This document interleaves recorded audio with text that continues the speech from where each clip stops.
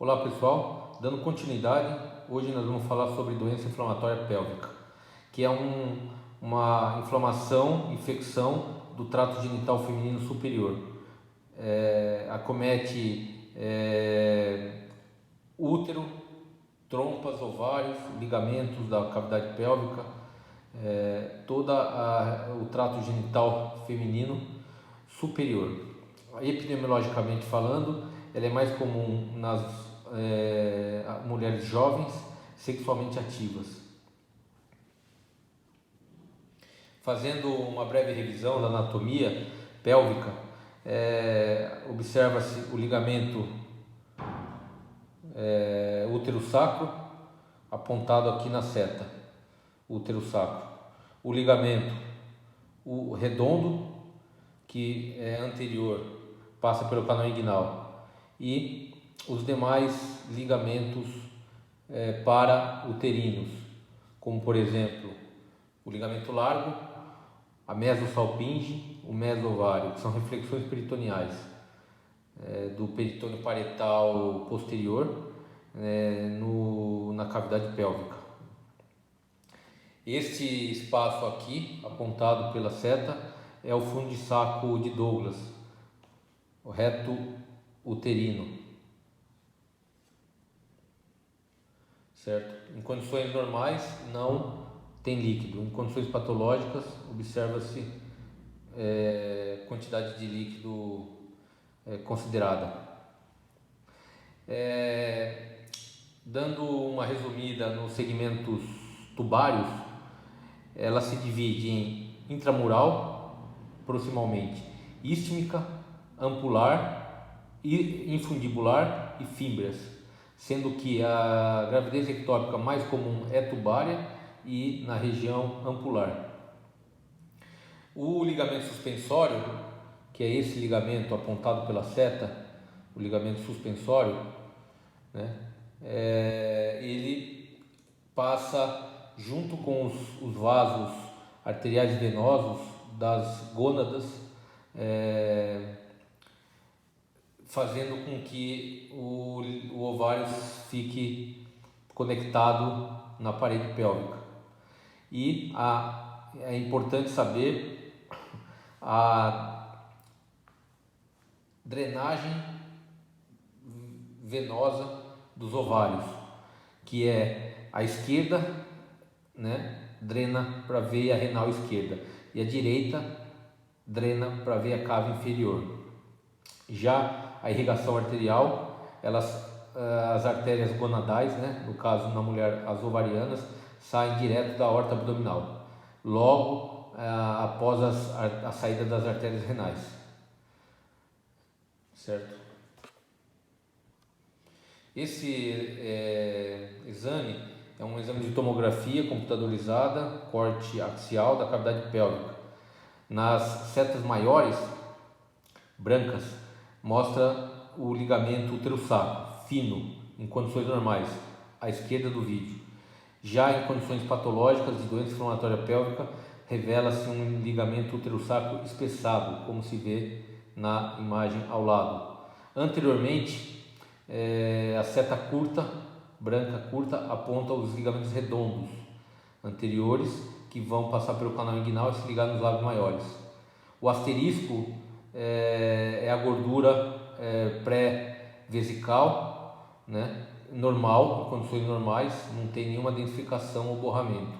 Ela fica pretinha, hipodensa na tomografia. Já a estrelinha preta é o fundo de saco de Douglas, também sem nenhum líquido livre no seu interior. O U é o útero. Já patologicamente, na figura ao lado, observa-se que a gordura periretal parauterina fica densificada, revelando sinais inflamatórios. Clinicamente, o que se vê?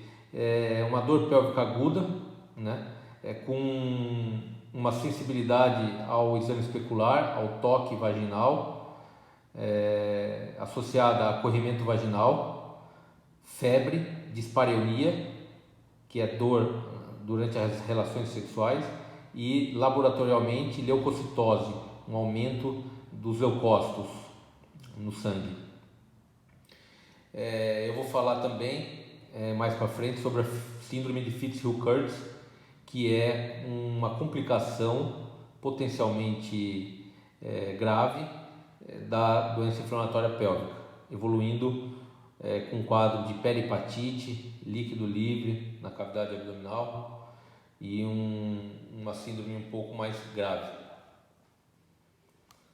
Patologicamente, é definida como uma síndrome clínica aguda associada à disseminação ascendente dos micro-organismos que estão na microflora vaginal e ascendem, sobem as estruturas ginecológicas. Só que não está relacionada à gravidez e nem à cirurgia, a doença inflamatória pélvica.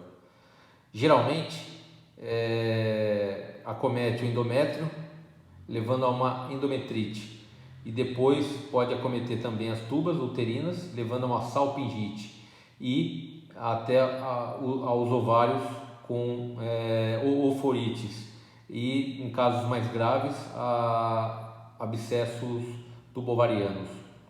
Os principais patógenos causadores são a clamídia trachomatis, a neisseria gonorreia e, na maioria dos casos, infecções polimicrobianas. E menos comumente observa-se micobactérias e actinomyces, que é uma actinobactéria gram-negativa. Nessa imagem revelada é uma tomografia à direita, à esquerda de vocês, né? É uma tomografia computadorizada, corte axial com contraste do venoso, onde se mostra o exame de uma mulher de 54 anos com dor pélvica e corrimento vaginal. Nota-se que o colo uterino está aumentado de tamanho, edematoso, com perda anatômica dos planos gordurosos adjacentes e notando-se ainda líquido no seu interior, dentro do canal cervical. Isso revela um processo inflamatório agudo, uma cervicite. Já na imagem ao lado, à direita da tela, nota-se um ultrassom com Doppler revelando os mesmos achados: canal cervical com líquido no seu interior e aumento do fluxo venoso e arterial, ou seja, revelando uma hiperemia circundante, sinais flogísticos ao redor do processo inflamatório, denotando uma cervicite aguda.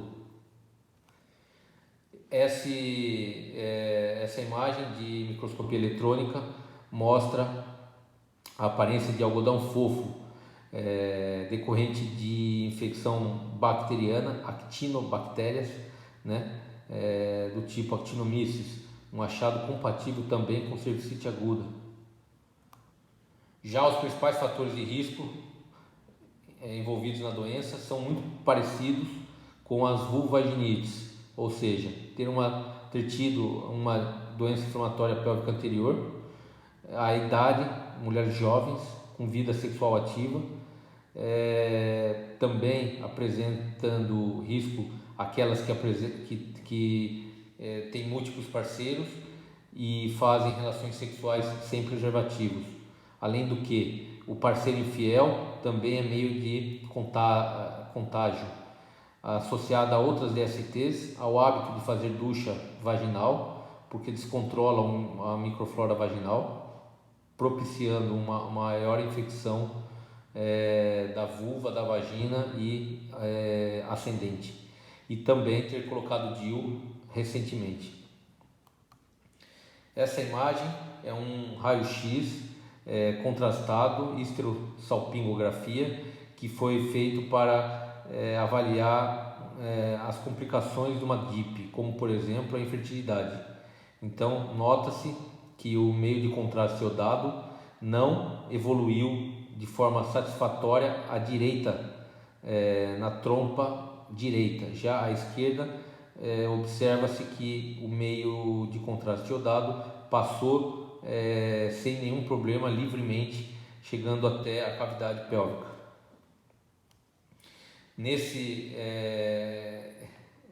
nesse exame, revelando um ultrassom abdominal com a bexiga cheia.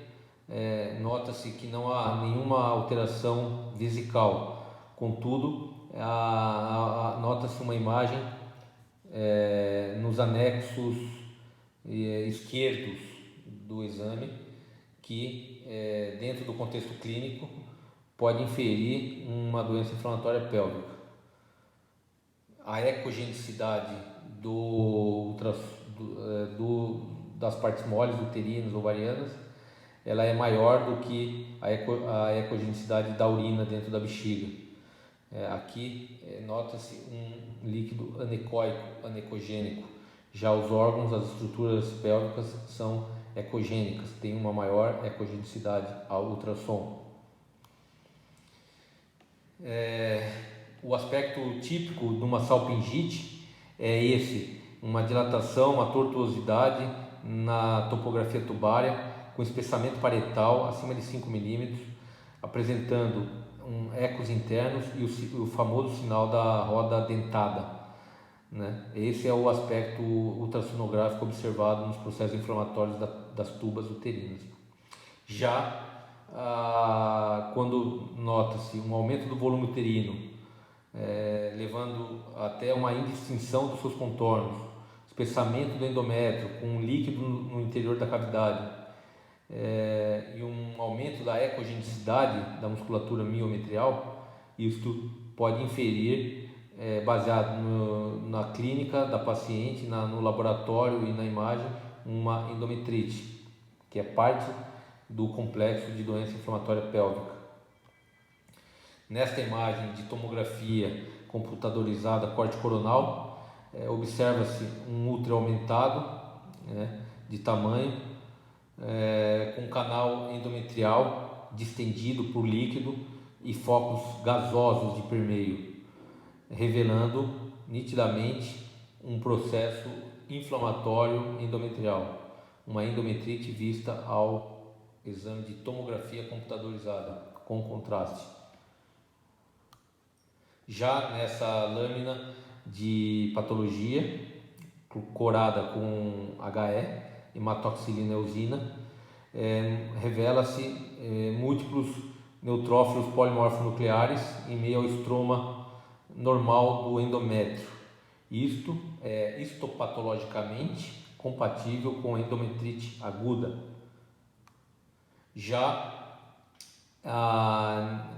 esse exame, que é uma tomografia computadorizada com cortes axiais, observa-se uma imagem tubuliforme para-uterina à esquerda, com conteúdo líquido e paredes espessadas no seu interior, como mostrado aqui na seta. Isto é muito típico de salpingite aguda vista na tomografia computadorizada, associada à densificação da gordura adjacente, a aumento linfonodal também é possível pela drenagem linfática da região. Isso tudo revela um processo inflamatório agudo. Já nessa imagem, corte coronal de tomografia computadorizada numa mulher de 19 anos, apresentando dor pélvica aguda há 2 dias, com uma leucocitose no hemograma e febre. Observa-se nas setas imagens tubuliformes com paredes espessadas, realce pós meio de contraste, ao lado, ao redor do útero, na topografia das trompas das tubas uterinas. Isto é sinal radiológico associado à clínica, compatível com salpingite aguda bilateral. Neste exame de ultrassom já se observa uma tuba com alto fluxo ao Doppler, observando-se uma hiperemia com paredes espessadas e um ovário já direito mostrado na seta curta, com uma pequena quantidade de líquido livre no asterisco. Isso é também um processo inflamatório que está aderindo a tuba no ovário, em virtude desses intensos sinais flogísticos revelados, ou seja, um aumento do fluxo, né? Uma aderência tubo-ovariana, tudo isso com líquido livre adjacente, tudo isso revela-se um processo inflamatório agudo. Na tomografia computadorizada corte coronal com meio de contraste, nota-se na cavidade pélvica múltiplas lesões ovaladas com heterogêneas, com paredes espessadas na região pélvica. E já ao lado, na ressonância magnética, observa-se um útero retrovertido, evidenciado aqui, um útero retrovertido, né? Um fundo de saco com pouco líquido e uma imagem arredondada, globosa, na topografia das tubas, revelando um processo de salpingite aguda, também vista na ressonância magnética. Já nessa mulher de 48 anos, com febre, dor abdominal no quadrante inferior direito e leucocitose no hemograma, às custas de neutrofilia, nota-se uma tuba uterina à direita, bem dilatada, com paredes espessadas e associada a uma densificação da gordura adjacente, mostrando na seta curta. Isso são achados clínicos radiológicos compatíveis com uma pio-salpinge, ou seja, tem pus dentro da tuba uterina. Já nesse exame de ultrassom correspondente via transvaginal, a tuba de falópio ou a tuba uterina direita está com paredes dilatadas, com material hiperecogênico ou hiperecóico, que nesse caso pode ser sangue ou pus. É assim que se revela o sangue e o pus no exame de ultrassom. Eles são materiais mais hiperecogênicos, né? O ovário direito, apontado pela seta curta, está com uma indiferenciação parenquimatosa, revelando também um processo inflamatório, aderido à tuba, com sinais inflamatórios locais. Então isso é um quadro ecográfico compatível com uma pio-hematossalpinge, ou seja, a tuba está com pus ou com sangue no seu interior. Já uma complicação da doença inflamatória pélvica numa mulher de 35 anos com dor pélvica crônica e febre, nota-se essas massas císticas septadas multiloculares e bilaterais, revelando um abscesso tubo-ovariano, um quadro mais grave, arrastado, né, associado a essa densificação da gordura adjacente, mostrada nas setas curtas. Isso é um quadro mais grave e tem que ser tratado urgentemente. Na ressonância magnética, essas imagens mostradas em T1, à esquerda da tela, com contraste gadolíneo, nota-se uma imagem tubuliforme com paredes espessadas e realce pelo meio de contraste na topografia da tuba uterina direita. Já na imagem coronal de ressonância magnética, ponderação T2, a mesma imagem com conteúdo heterogêneo na tuba e muito provável associado ao quadro clínico laboratorial de ser um abscesso tubo-ovariano. Na laparoscopia intraoperatória, observou-se uma lesão hemorrágica heterogênea e complexa à direita, levando ao diagnóstico intraoperatório de um abscesso tubo-ovariano e ratificando o que se viu na imagem anterior. Ainda nota-se que houve aderências já proeminentes, se estendendo do útero ao delgado e muito compatível e potencialmente levando a um quadro de obstrução intestinal em virtude dessas aderências. Na imagem de tomografia à esquerda da tela, corte axial, observa-se lesões também tubuliformes, posterior ao útero e à direita, com borramento da gordura adjacente, alguns pequenos linfonodos já reativos ao processo inflamatório local e um conteúdo endometrial também heterogêneo.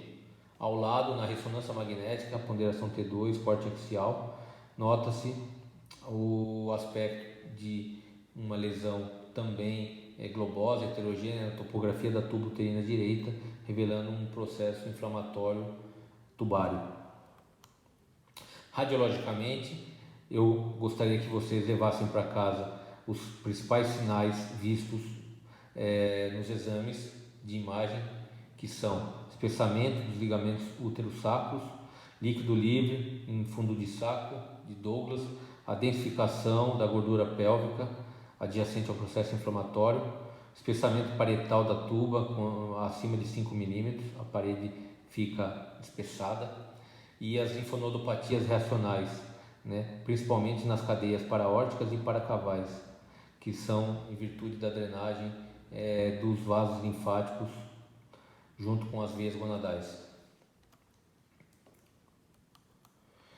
Como tratamento, na ausência de complicações, ou seja, quando não tem nenhum tipo de complicação, que eu mostrei e vou mostrar a seguir, a doença inflamatória pélvica ela é tratada clínica conservadoramente com antibiótico terapia, educação, orientação e rastreamento dos parceiros.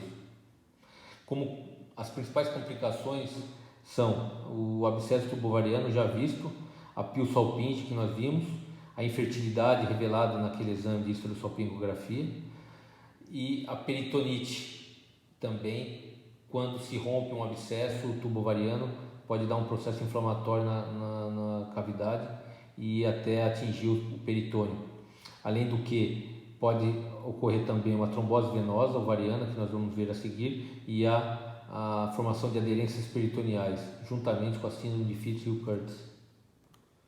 Veja, nesse caso, de uma mulher de 43 anos com um abscesso tubovariano que perfurou, rompeu, ela já tinha diabetes, evoluiu com uma dor abdominal forte e febre. Na imagem vocês veem as setas mostradas que existe abscessos bilaterais nas tubas e nos ovários, com perfuração dos mesmos à esquerda, levando a um quadro inflamatório peritoneal, uma peritonite, e até uma coleção na musculatura do psoas ipsilateralmente. É um quadro grave, um quadro clínico que deve ser investigado prontamente e tratado em caráter de urgência. Já nessa imagem observa-se uma perihepatite, um líquido livre ao redor do fígado, mostrado na seta, todo o líquido livre em volta do fígado, aqui perirenal também, na faixa renal anterior, no espaço renal anterior, evidenciando um processo inflamatório da síndrome de Fitzhugh-Curtis, que é uma dor abdominal no quadrante superior, oriunda de uma complicação crônica da doença inflamatória pélvica. Ocorre uma perihepatite com líquido livre no peritônio, nas goteiras paracólicas, ao redor do baço, com septos e aderências associadas. Isto é um quadro grave, também uma complicação crônica da DIP. Veja na imagem intraoperatória da síndrome de Fitzhugh-Curtis as clássicas cordas de violinos evidenciadas nas setas, na seta branca. Isso causa um processo inflamatório crônico adjacente. Já nessa imagem é de uma mulher de 36 anos com dor pélvica e leucocitose, que evoluiu com uma trombose da veia ovariana esquerda. Essa veia drena para a veia renal esquerda, e isso é um processo inflamatório, uma trombose, né, um espessamento parietal revelando uma tromboflebite da veia ovariana esquerda. Isso é grave, pode evoluir com uma trombose da veia renal também, ascender até a veia renal esquerda, ascender até a veia cava inferior, que drena para o átrio direito, e podendo levar a trombo até, por consequência anatômica, aos pulmões, ou seja, evoluir com um tromboembolismo pulmonar. Então, um caso grave que deve ser tratado com anticoagulação e internação.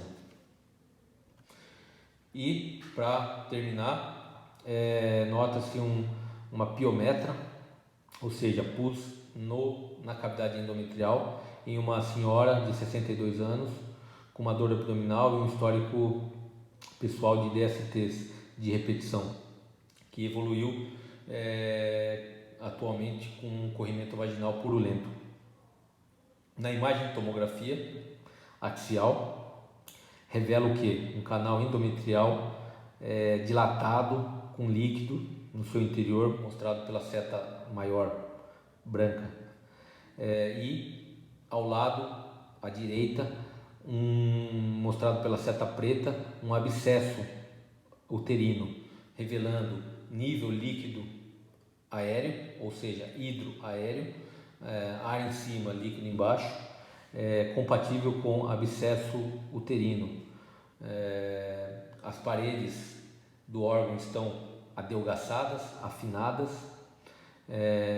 em virtude desse processo inflamatório já instalado e cronificado, associado a uma densificação da gordura adjacente, né, periuterina e pré-sacral também.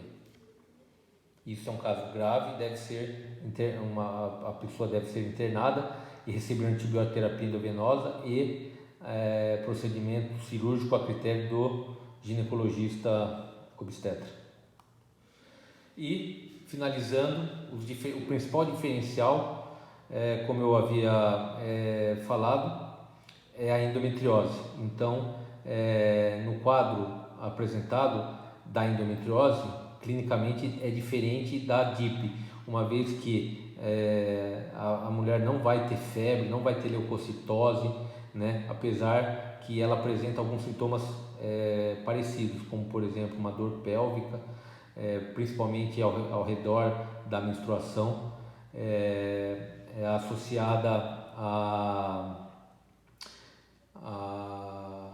dispareunia também, dor durante a relação sexual, porém clinicamente ela não tem um quadro febril como na DIP, e é um diferencial que deve ficar, os médicos devem ficar atentos como diagnóstico que pode ser também pensado em casos de dor baixa com dispareunia.